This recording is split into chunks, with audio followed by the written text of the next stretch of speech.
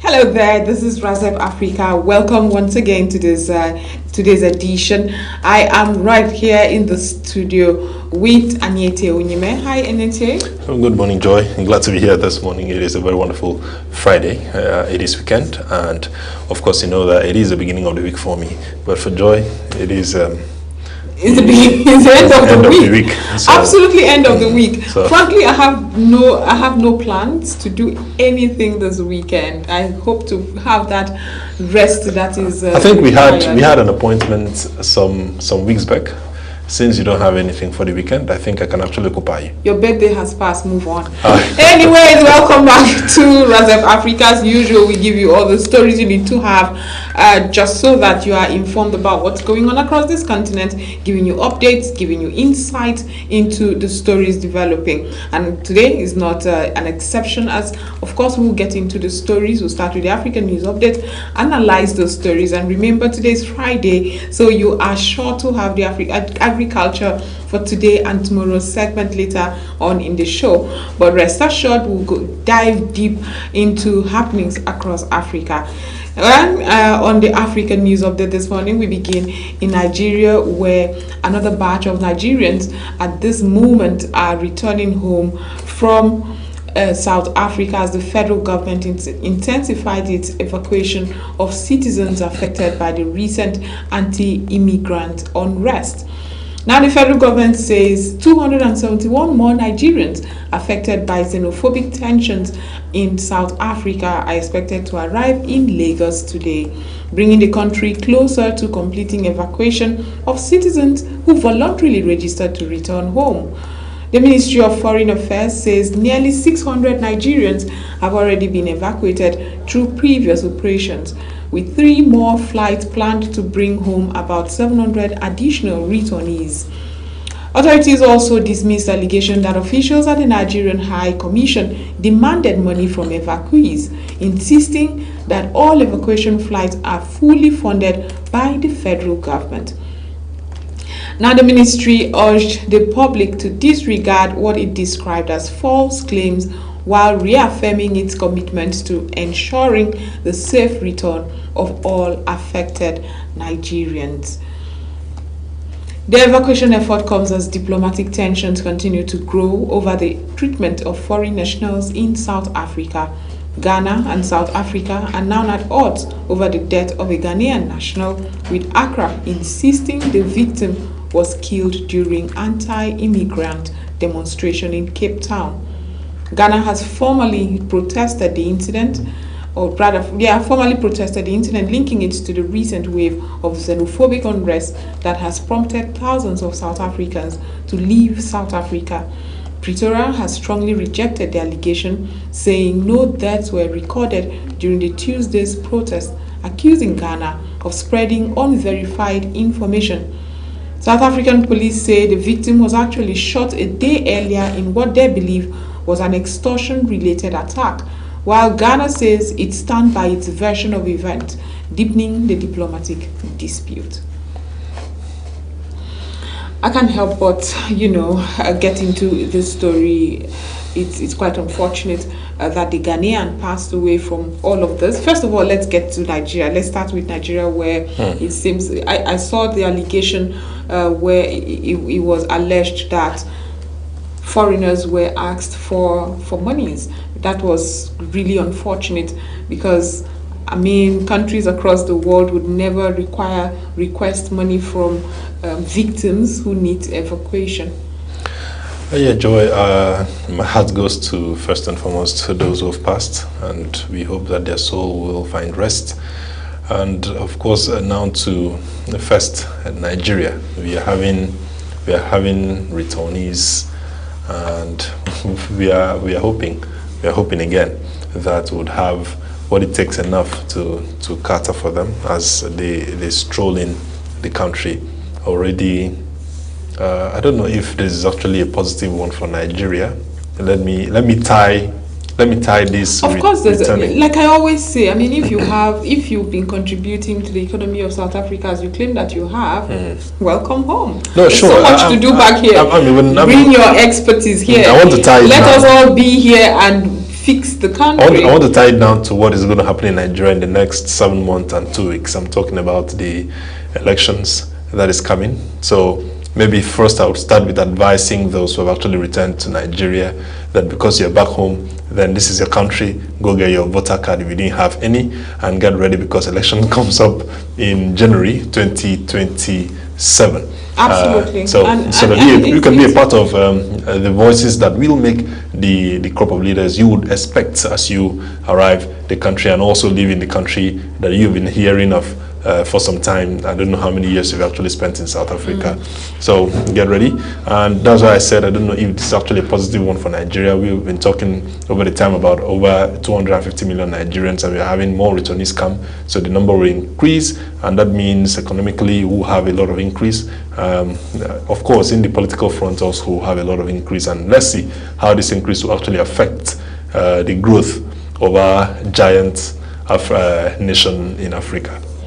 It's concerning also that at this moment we are discussing collecting monies from evacuees. Right. Is very concerning. Instead of the federal government to just dismiss that report, I would expect the federal government to do an investigation into it, knowing very well that it's not far-fetched that some officials may be, doing that, asking monies from evacuees, understanding how vulnerable they are at the moment. It's not a new thing per se where this corruption is found in such I've instances. seen a whole lot of yes, exactly. such So happen. instead of being quick to denounce that report, I would expect an investigation into that report.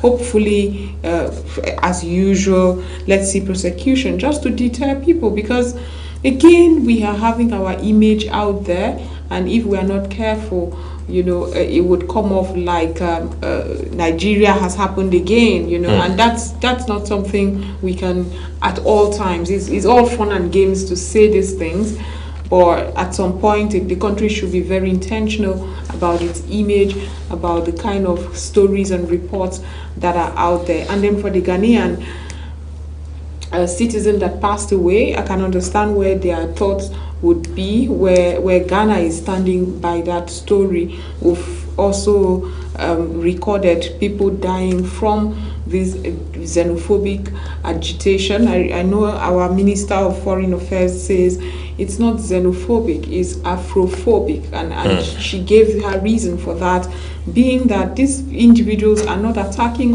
nationals of other countries. They are attacking only Africans, black Africans. So this is Afrophobic attacks. So we've seen citizens. Mozambique recorded 8 people who had passed. Nigeria, we had 6, and I'm not sure of the data that Nigeria claimed alleged of the individuals that had passed in Nigeria. However, it's very concerning. I hope that this would not bring more tension between Ghana and South Africa at the moment. Tempers are high. I was hoping that we would not record loss of lives, because at the announcement of the June 30th deadline, authorities were aware that it could go left. The protest, demonstration, or whatever it is, could get worse. Right. However, I'm not sure if they were on ground enough. Like they have explained, the individual died a day before that massive protest, but that's not to say that he's not susceptible to attacks that could come from the offshoot of that agitation. So I hope it is handled better. I'm hoping that both countries will find ways to handle the situation better diplomatically, one that does not hurt ties. I would not like to see this kind of things hurt the unity of Africa that we keep promulgating.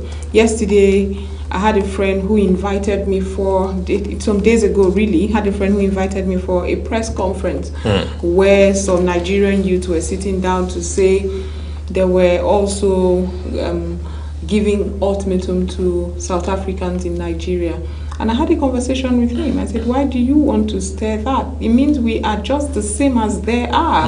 Those individuals that are driving away Nigerians from South Africa, if we do the same, it means you don't have the moral standing to complain about them. One thing we have always said is, when you see all this happen, we beat our chest and say, Nigerians see nationals, foreign nationals in our country, and we are happy to have you. So why are you changing that? If you claim this is retaliatory or you're being vengeful, it means you are just as bad as they are. In the very first place. I have South African friends in Nigeria. They love Africa, they love Nigeria, they love Nigerians, they eat Nigerian meals, they speak pidgin, they are enjoying themselves here. That is the Africa that is the Nigeria that is teaching Africa what unity is. We must not change that.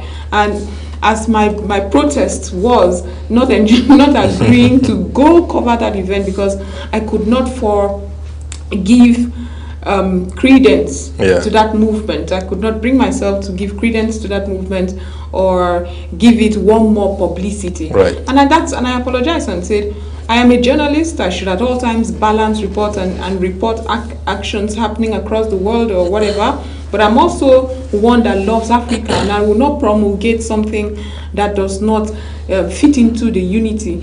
Razep Media is for Africa, I should come. No, we are not going. We are not going, because Razep Media is an organization that is, promulgating the beautiful part of Africa. So we refuse to cover that event. I just to have my thoughts over two concerns that they've actually brought up. The first is that of paying money to be able to pay money, the money payments by evacuees.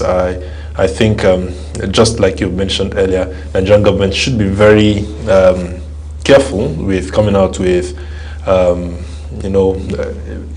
information to debunk what has been said, because I think we're always very swift in debunking, and then the next moment we'll now say, yes, it happened. Recall what happened months ago when we said there was nothing like, how did they call it?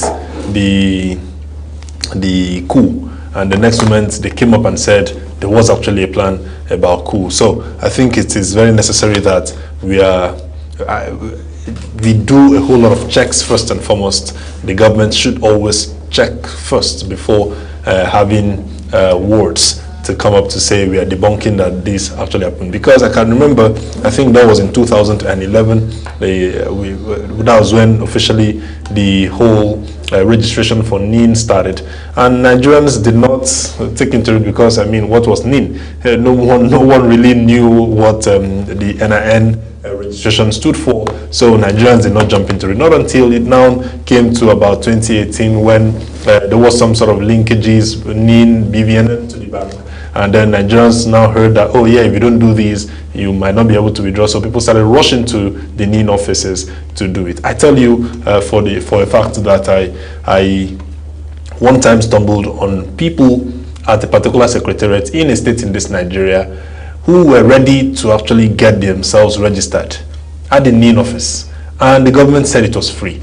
But tell you what, staff members, we're actually receiving money. I paid for my staff, for my utility staff at home. Yeah. So I could not for the life of me believe when she said they were asking for money. I said, no, it's free. Exactly. So you realize that they will keep telling you it is free. From the top, you could give these policies and tell how free it is, but also do a check. That they are not. So I'm hoping that the government of the day will wake up to the fact that before we come out with press statements to say no, we never got money, let us go do checks and make sure that those who have actually received monies, because evacuees will not come and just stand saying they were collected. It's not real for someone to just return to Nigeria and start telling lies. So it means it actually happened. There's no smoke without fire. It may not be all everyone who is in charge. Right. But something is going on. So let that check be done. So let that be checked. So we now move away from immigration concerns and we turn to public health, where African leaders are strengthening support for the fight against Ebola. South African President Cyril Ramaphosa has arrived in Kinshasa on a high-level African Union solidarity mission aimed at strengthening the Democratic Republic of Congo's response to its latest Ebola outbreak. Serving as the African Union champion for pandemic preparedness, Ramaphosa is holding talks with President Felix Tshisekedi to reinforce regional cooperation and continental solidarity. Now, the African Union says the mission is expected to mobilize greater political, technical, and financial support for the Ebola response while improving Africa's long-term public health systems.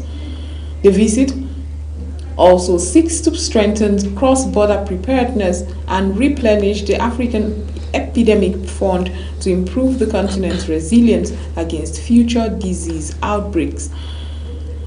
That's actually good news right there. It's also very interesting to see that of all the presidents, it is Cyril Ramaphosa that's improving, this Africa's preparedness towards, or rather against pandemics and epidemics, and in fact cooperation and continental solidarity. That's quite funny to see. Continental solidarity being pushed by Cyril Ramaphosa at a time when we are all criticizing South Africa for its, again, Afrophobic attacks. Well, Joy, know that sometimes when persons want to see how to get themselves, but maybe I'll start with the fact that does the president actually have all what it takes to be able to stand the issues that are actually happening right now in South Africa with just a word? I don't want to see Africans from other African countries leave South Africa, allow them to go ahead with their businesses, and I criminalize it. Okay, so exactly. So can this word be said? You're taking us back to the xenophobic story, but I can't help myself because when this first happened, the response from the presidency was, oh yes, immigrants should respect their hosts. That's it. Immigrants who are in the country, yes. He recognized it was almost as if he stood by those protesters. Of course. So that's where I'm actually coming from. His response at the time was that immigrants should respect their hosts, should be sensitive to their hosts, and yes, there's actually immigration problem. A lot of these individuals who were affected, when they were interviewed, the conversation you will hear is, I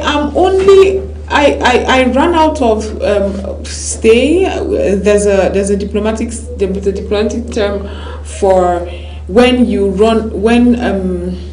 stay in a country and you overstay. Right. Because the homeland in South Africa is having issues.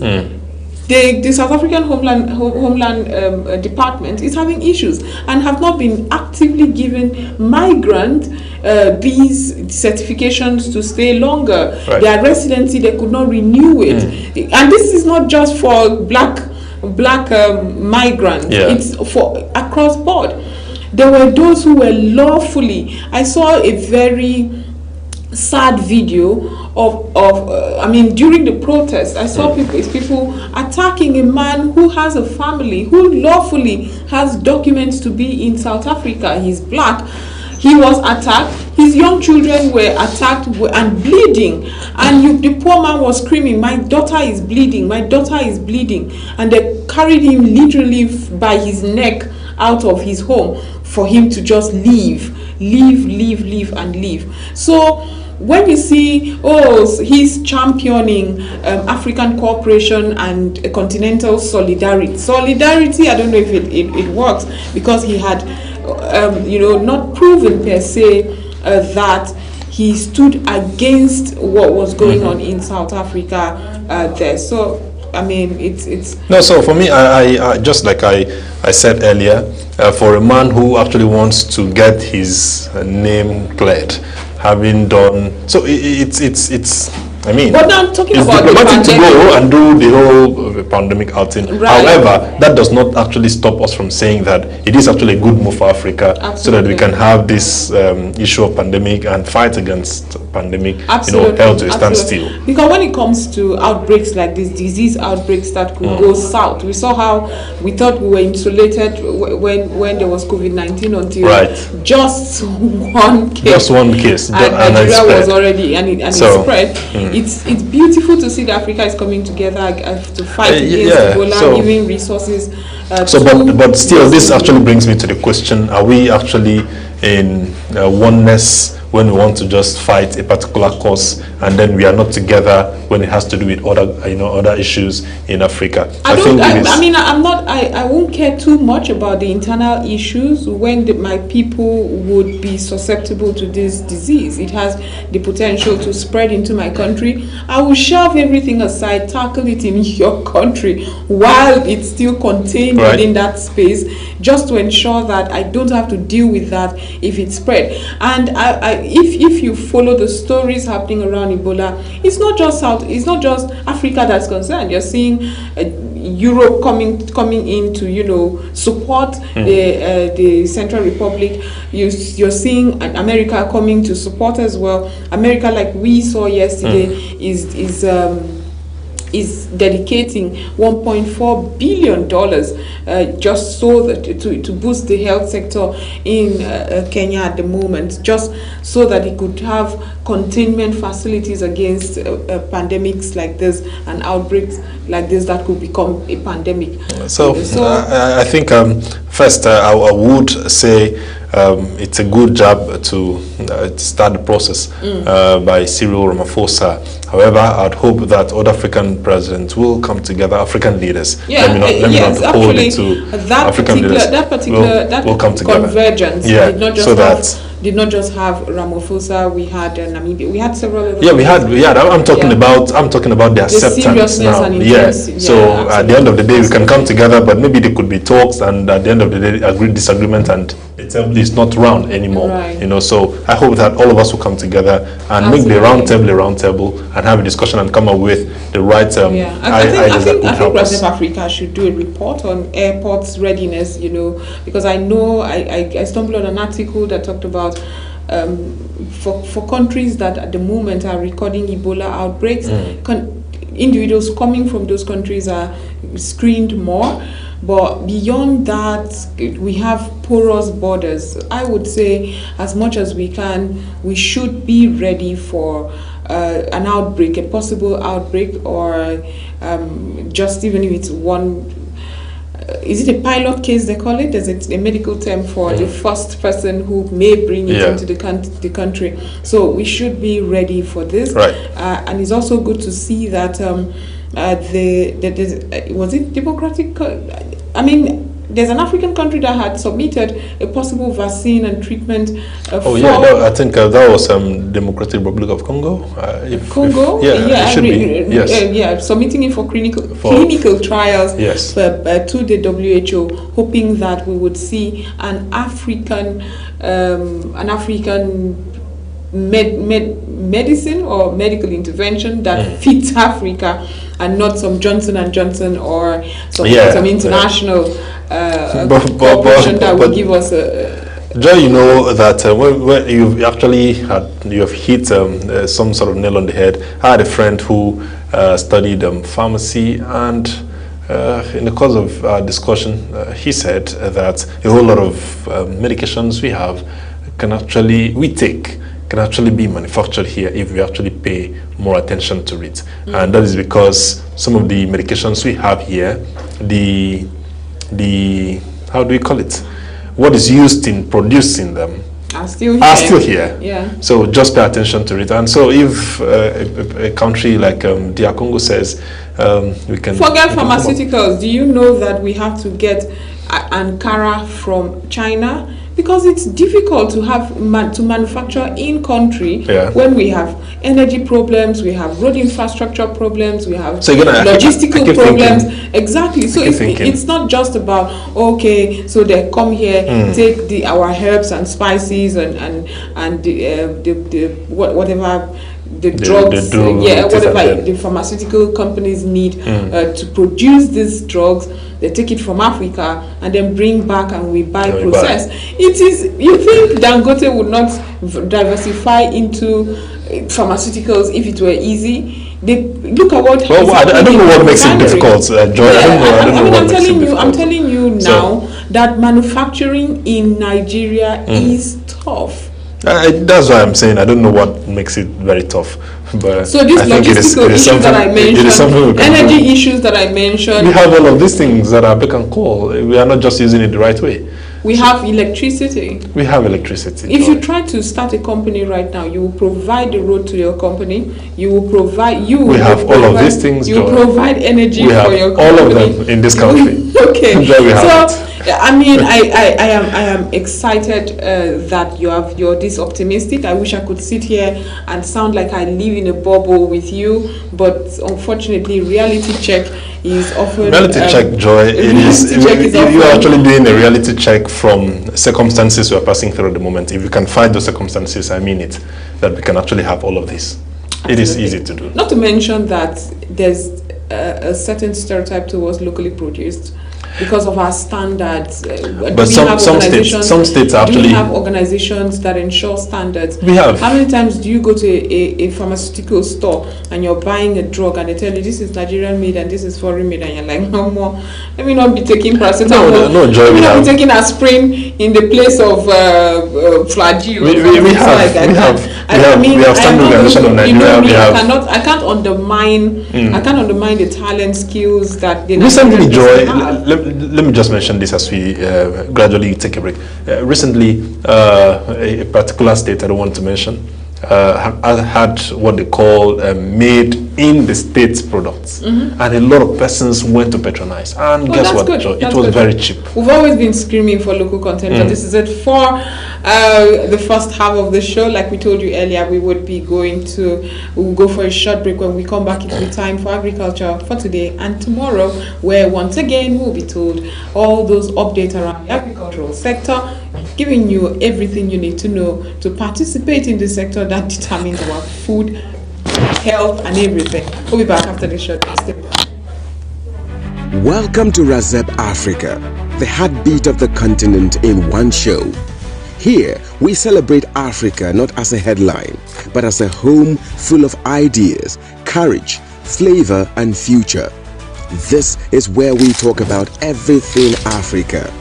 The politics that shape our nations, the innovations that shift our economies, the culture that colors our lives, the challenges we face with honesty, and the victories we are building one story at a time.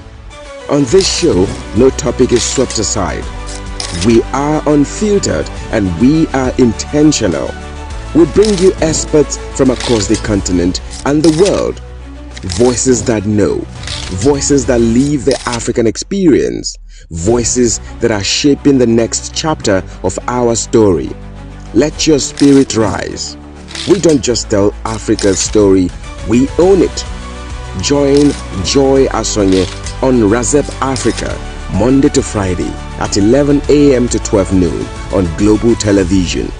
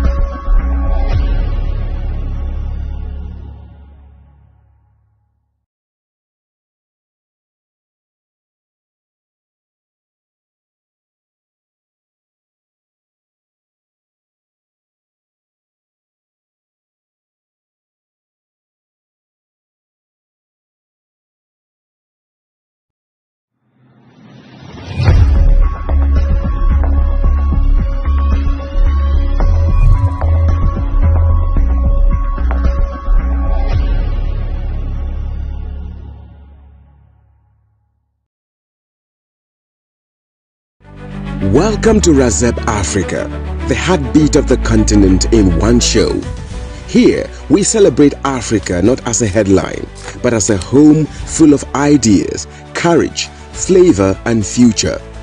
This is where we talk about everything Africa.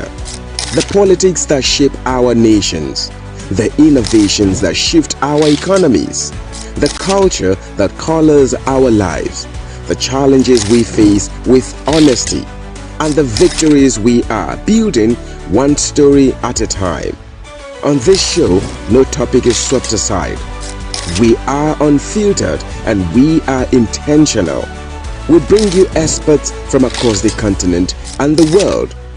Voices that know, voices that live the African experience, voices that are shaping the next chapter of our story. Let your spirit rise. We don't just tell Africa's story, we own it. Join Joy Asonye on Razep Africa, Monday to Friday at 11 a.m. to 12 noon on Global Television. In the heart of our field lies the future of agriculture, sustainable, innovative, and powered by smart solutions from the rich soil of Africa to high-tech farms around the globe. Agriculture is evolving to meet the demands of tomorrow. At the intersection of tradition and technology, we discover smarter ways to grow more, waste less, and harvest greener. Together, we are cultivating a future where every harvest sustains the earth and its people. Join us 11:15 a.m. Mondays and Fridays on Global TV, Channel 365 DSTV, StarTime Channel 276, or YouTube Livestream GSA Initiative. Agriculture for today and tomorrow, as we share groundbreaking ideas, empowering farmers, and celebrate greenhouse solutions. Together, let's grow the future.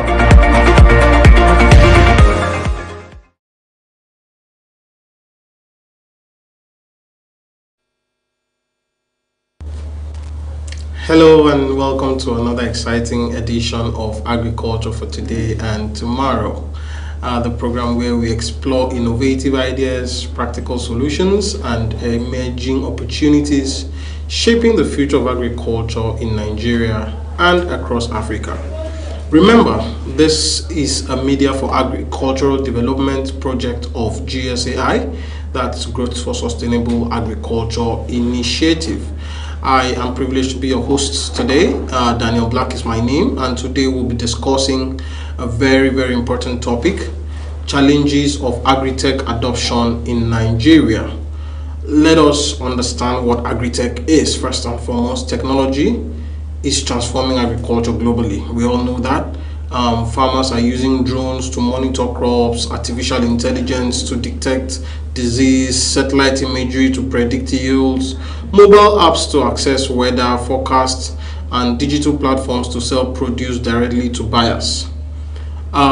Yes, despite all of these innovations, millions of Nigerian farmers, especially smallholder farmers who produce most of our food, are yet to fully benefit from these technologies. Now, today we will explore why this gap exists, what is slowing down this adoption, and what can be done to expose or to ensure that Nigerian farmers are not left behind in the digital agricultural revolution.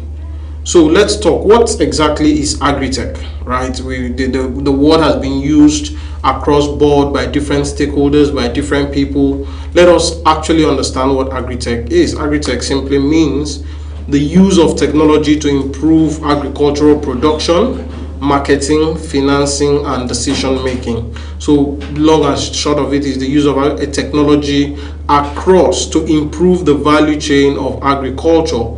And you know, agri-tech includes mobile advisory applications, digital extension services, weather forecast platforms, precision agriculture, drone, GPS guided equipment, soil testing technologies, farm management softwares, artificial intelligence, digital marketplaces, agricultural finance and insurance platforms. And you know, Nigeria has witnessed remarkable growth in agri-tech startups over the past decade. Companies such as Thrive Agri, such as Crop to Cash, Hello Tractor, Relief, and Vandia also have demonstrated that technology can solve long-standing agricultural challenges. So, for example, Hello Tractor has become popularly known as if you'd like, Uber for tractors. Instead of farmers purchasing expensive tractors, they can now book mechanization services through a digital platform, reducing production costs while increasing access to modern equipment. Also, Crop to Cash is helping farmers create digital identities, making it easier for financial institutions and development partners to provide loans, insurance, and agricultural support. Now, you would agree with me that these are excellent examples of innovation solving real problems, right? Technology cutting into solutions of agriculture. But however, the question remains, if these technologies work, why are millions of farmers in Nigeria and indeed Africa still not using them?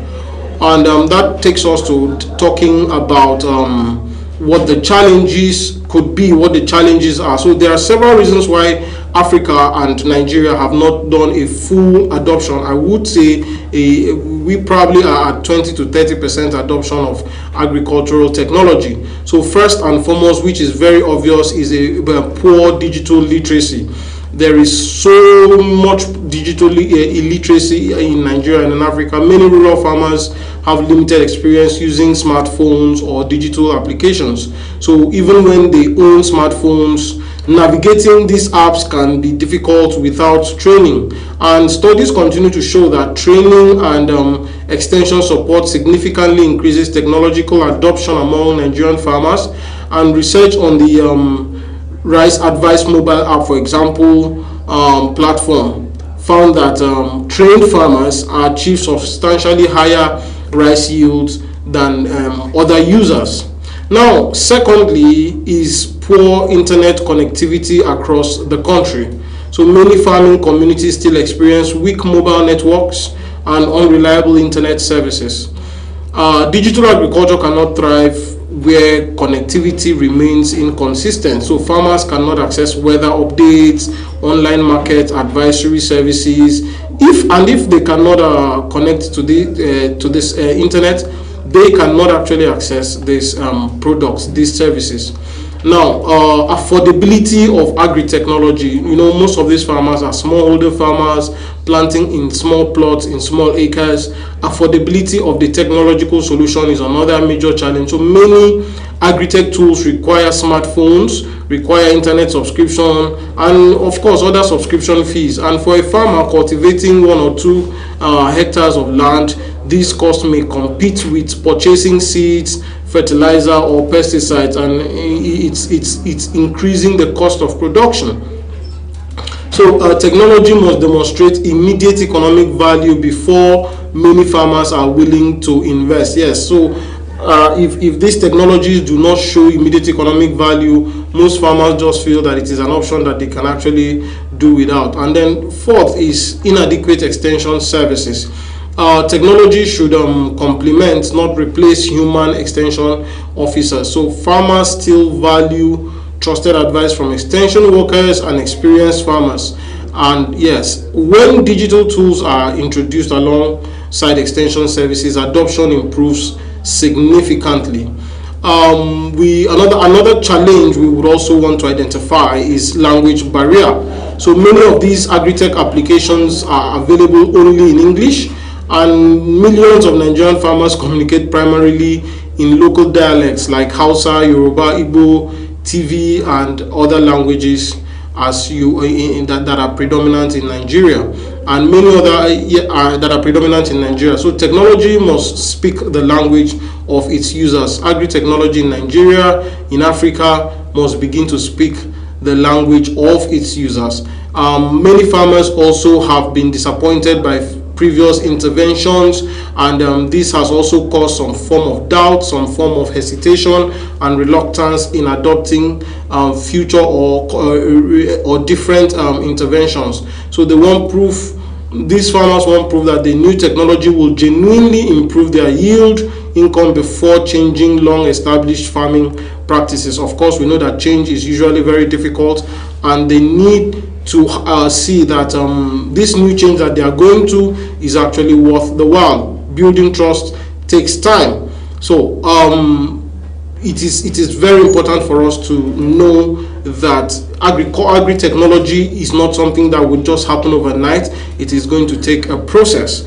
Having understood this, we would be going on a very short break. After that, when we come back, we will be discussing on the solutions that can be done to improve adoption of agricultural technology in Nigeria. See you after the break.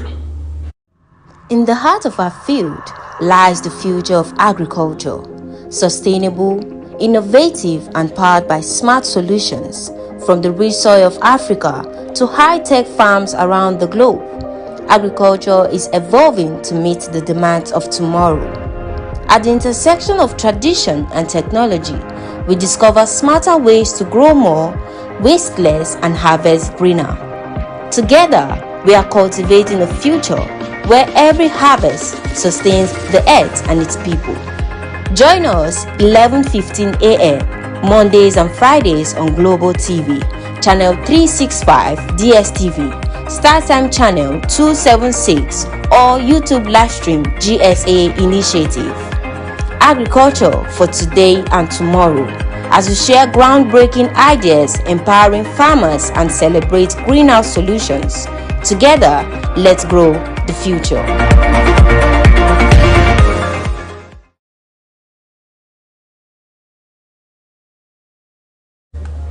Welcome back to Agriculture for Today and Tomorrow.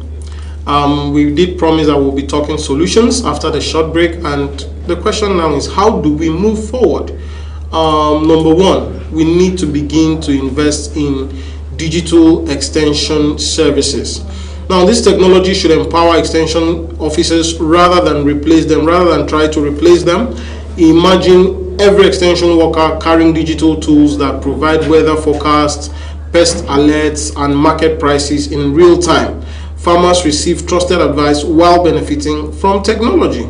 Right. Then a second way forward, I think, to improve adoption of agricultural technology in Nigeria is build technologies around farmers and not around software developers. Include farmers in the solutions. Many farmers prefer WhatsApp, voice message, and local language communication instead of complicated applications. The best agri-tech solutions fit naturally into farmers' daily routine instead of just forcing them to learn entirely new systems. Another solution we could also work around is improving rural connectivity. Now, this has to do with the telcos, also with government legislation. So government and private telecommunication companies must continue expanding broadband access to rural communities, because without digital infrastructure, digital agriculture cannot flourish. Number four solution that we can also work is strengthening farmer cooperatives. Technological adoption becomes easier because when introduced through farmer groups, and then there is support for each other.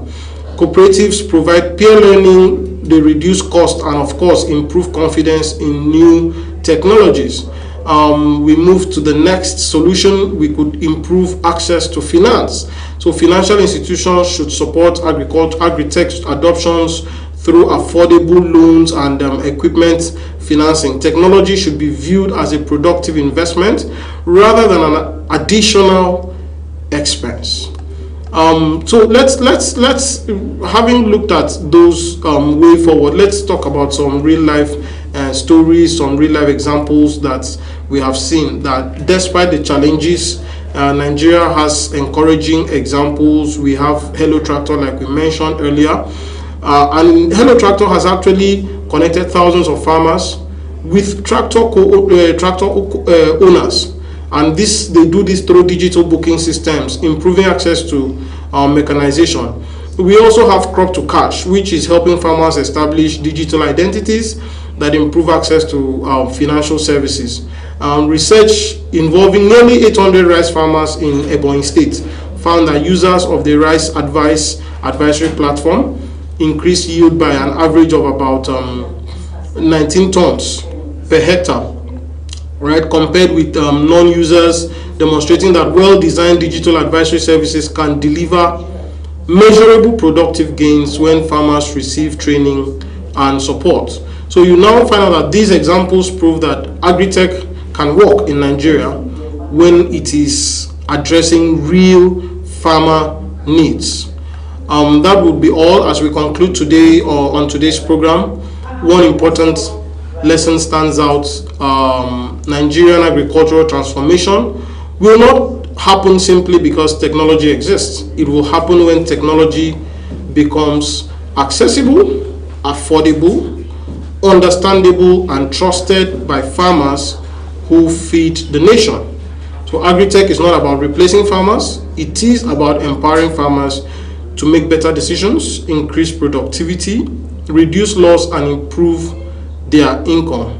So as policymakers, development partners, private investors, civil society continue to invest in agriculture, we must ensure that innovation reaches the last mile, the rural farmer.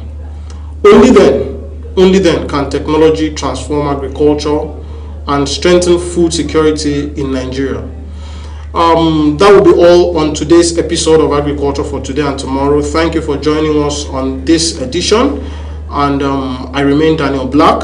And until next time, remember this is a Media for Agricultural Development project of GSAI, that's Growth for Sustainable Agriculture Initiative. And until next time, keep supporting Nigerian agriculture, keep embracing innovation, and remember that the future of agriculture is not tomorrow, it is what we choose to do today. Goodbye and God bless.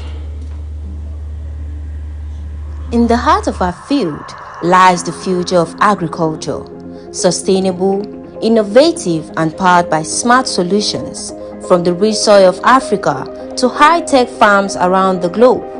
Agriculture is evolving to meet the demands of tomorrow. At the intersection of tradition and technology, we discover smarter ways to grow more, waste less, and harvest greener. Together, we are cultivating a future where every harvest sustains the earth and its people. Join us 11:15 a.m. Mondays and Fridays on Global TV, Channel 365 DSTV, StarTime Channel 276, or YouTube Livestream GSA Initiative. Agriculture for Today and Tomorrow, as we share groundbreaking ideas, empowering farmers, and celebrate greenhouse solutions. Together, let's grow the future.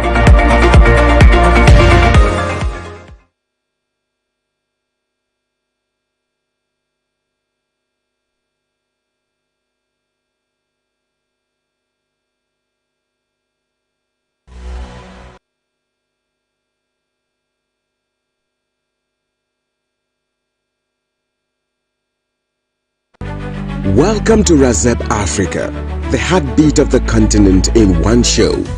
Here, we celebrate Africa not as a headline, but as a home full of ideas, courage, flavor, and future. This is where we talk about everything Africa. The politics that shape our nations, the innovations that shift our economies, the culture that colors our lives, the challenges we face with honesty, and the victories we are building one story at a time. On this show, no topic is swept aside. We are unfiltered and we are intentional. We bring you experts from across the continent and the world. Voices that know, voices that live the African experience, voices that are shaping the next chapter of our story. Let your spirit rise. We don't just tell Africa's story, we own it. Join Joy Asonye on Razep Africa, Monday to Friday at 11 a.m. to 12 noon on Global Television.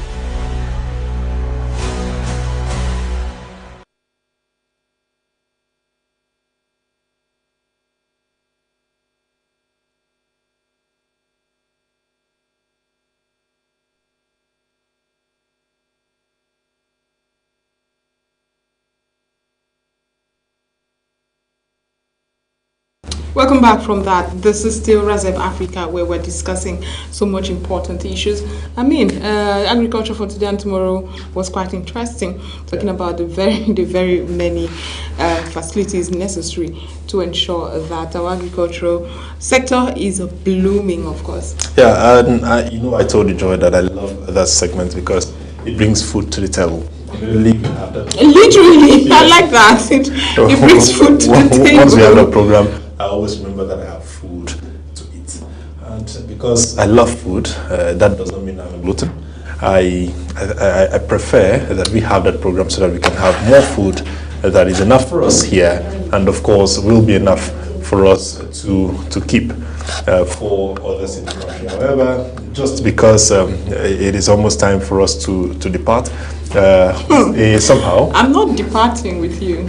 Leaving the show. We will come to the end of the show. In West Africa, Mali is moving. I'm left in that discussion. Have you settled that part? I am not going to depart. Discussion with you, Joy. Right. Mali is moving to tighten up the site of one of its most valuable natural resources. Absolutely. Mali has also established a new state agency to regulate its artisanal gold sector, following reports of massive discrepancies between officially declared exports and actual gold shipped abroad. The new Office of Precious Substance will centralize and monitor gold trades and its flow in an effort to curb smuggling and improved transparency. Now, governments have also said that it will employ nearly 2 million people, with large volumes of gold will continue to leave the country through informal channels. So here, Mali is saying we are going to do everything about gold. We're going to export. We're going to have it to use, and it will improve our economy. And of course, it will help us. However, they're saying that they're going to employ people to work. So all of those who go about smuggling, stop smuggling, come work with us. And I think this was what happened some time ago in Nigeria, where we said, stop smuggling our fuel, stop smuggling petroleum products. I mean, the biggest danger in artisanal mining or illegal mining isn't even just about the resources that is moved, it's the environmental degradation that happens. That happens, because unfortunately, the proper environmental assessment that should be done before that work is done, the host communities, benefits that should come after that. There are a lot of things that happen when we leave room for this illegal exploration that often happens, not just in mining for gold, but several other resources. But it's good that we're seeing that Mali is giving some sort of structure to and regulation to the mining in their country. But that's the last story that we can take before the end of today's edition. It's been wonderful having this edition. It's been very enlightening for me. But until next time, I am Joy Asaye. And very many thanks to the anchor of the segment, Agriculture Today and Tomorrow, Daniel Black, and of course to all those who actually viewed. Thank you very much, Nigeria. God bless Nigeria. Do have a wonderful weekend and enjoy. Bye-bye.